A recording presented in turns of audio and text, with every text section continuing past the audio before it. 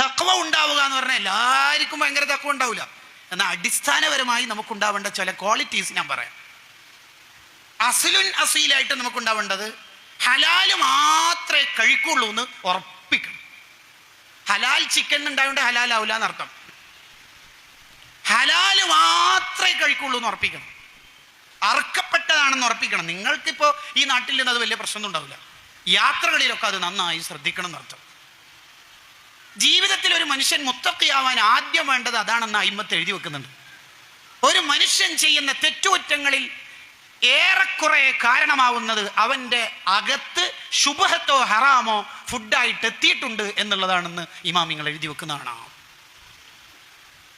കുറച്ചു കാലം അങ്ങനെ സൂക്ഷ്മത പുലർത്തിയാൽ തന്നെ പിന്നെ നമുക്ക് ആ തഖ്വ അള്ളാഹു താനേ അങ്ങ് തന്നോളും.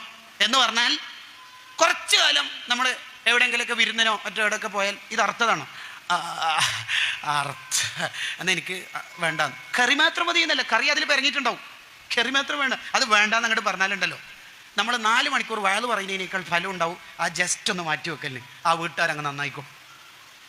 നമ്മൾ ഒരു 2-3 ആഴ്ച കാലം ആ സൂക്ഷ്മത പുലർത്തിയാൽ പിന്നീട് ചില ഫുഡ് കഴിക്കണ്ടെന്ന് നമുക്ക് തന്നെ സ്വന്തമായിട്ട് തോന്നിക്കോളും.